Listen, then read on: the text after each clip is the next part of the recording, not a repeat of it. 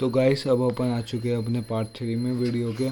ये चैप्टर बहुत बड़ा है इसलिए अपने को ये 4-5 पार्ट में कंप्लीट करना है। तो फिर अब अपन आगे बढ़ते हैं। हिटलर राइज टू पावर अपने ने पहले बहुत सारा पढ़ चुके हैं अपन चैप्टर, तो इसलिए पहले फर्स्ट और सेकंड पार्ट देख के आना, तभी अपन आगे बढ़ेंगे। और हिटलर हिटलर जो था वो ऑस्ट्रेलिया में बॉर्न हुआ था इन 1889। ये डेट याद रख लेना, एग्ज़ाम में पूछी जाती है। He spend his youth in poverty, मतलब बहुत गरीब फैमिली थी इसकी, है। He during first world war he enrolled in German army. First world war के टाइम में वो जर्मन आर्मी की हेल्प करता था और उसने मैसेंजर की तरह काम किया हुआ था उसने। फिर बाद में वो कॉर्पोरल भी बना था आर्मी का। कॉर्पोरल मतलब वो बंदा जो आर्मी में एक अच्छी खासी पोजीशन पे हो पर उसको उसके पैसे नहीं मिलते हैं, और उसको बहुत सारे मेडल्स भी मिले हुए थे ब्रेवरी के। तो जर्मनी डिफीटेड, तो जब उसने वर्सलाइस की पीस ट्रीटी के बारे में सुना तो उसको गुस्सा आ गया कि भाई एक तो हम वैसे ही हार गए हैं, हमारे पास इतनी सारी चीज़ें हम वैसे ही खो चुके हैं, और ऊपर से तुम हमसे इतने सारे पैसे भी ले रहे हो। जैसे कि मैंने आपको बताया था कि 6 बिलियन पाउंड्स लिए थे। आ स्मॉल ग्रुप कॉल्ड, तो फिर उसने बाद में जब वो बड़ा हुआ 1919 में उसने एक छोटा सा ग्रुप ज्वाइन कर लिया जिसको बोलते थे जर्मन वर्कर्स पार्टी। और फिर उसने इस पार्टी पे कंट्रोल कर लिया और national socialist German workers party बना ली। फिर बाद में आगे चलकर उस पार्टी का नाम क्या बन गया, नाजी पार्टी। तो कैसे है, जर्मन वर्कर्स पार्टी थी जो national socialist German workers party बनी, फिर आखिरी में नाजी पार्टी बन गई। In 1923 Hitler plan to seize Bavaria. तो भाई हिटलर ने 1993 में बवारिया पे कब्जा करने की सोची थी। तो फिर वो मार्च टू बर्लिन की ओर गया, पर वो क्या हो गया, वो अरेस्ट हो गया और गद्दारी के ऊपर उसको चार्ज किया गया, और पर बाद में उसको जेल से निकल गया।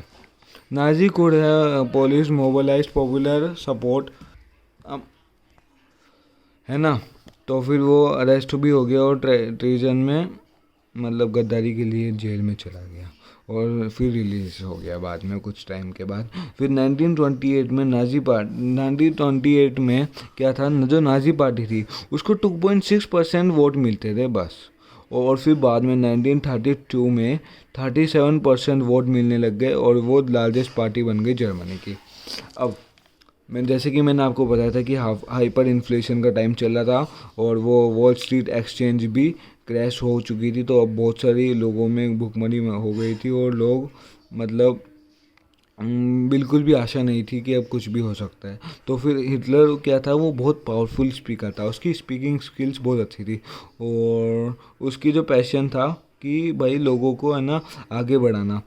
अब वो ही प्रोमिस, अब उसने क्या बोल दिया, उसने प्रोमिस कर दिया कि वो जर्मन्स को देगा, स्ट्रॉन्ग नेशन देगा, एम्प्लॉयमेंट मतलब रोज़गार, secure future for their youth, और restore dignity of German people, मतलब बच्चों के लिए अच्छा फ्यूचर होगा और जर्मनी की जो रिस्पेक्ट है वो वापस आएगी। ही प्रोमिस एम्प्लॉयमेंट भी उसने दी, सिक्योर फ्यूचर भी दिया। ही प्रोमिस, ये सब उसने प्रोमिस किया था।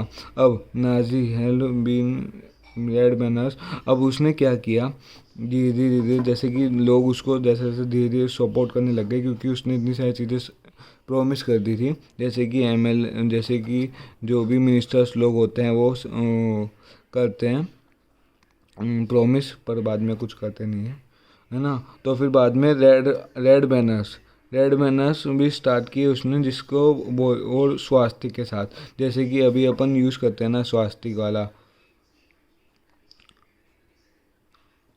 तो फिर ये जो स्वास्तिक है ये नॉर्डिक आर्यंस ने बनवाया था। नॉर्डिक आर्यंस मतलब हिटलर क्या सोचता था कि बाकी सारी जो भी रेसिस है ना वो सब सही, मतलब वो सब वीक लोग हैं, और जो नाजी नॉर्डिक आर्यंस हैं वो सबसे स्ट्रोंगेस्ट रेस है।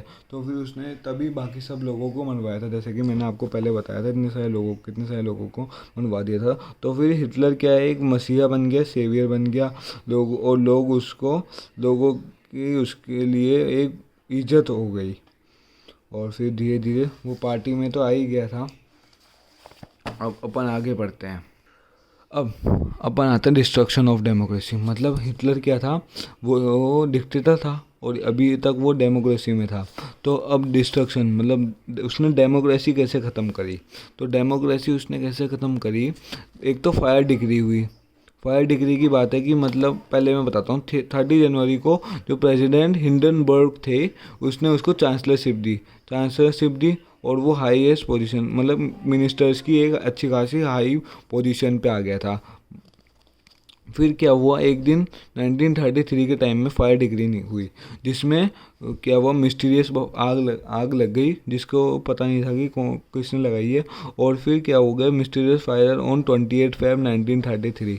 तो फिर अब उसने क्या हुआ, हिटलर ने ना जो राइट्स थे, फ्रीडम राइट्स थे जैसे कि सिविक राइट्स थे, वो सब उसने सस्पेंड कर दिए।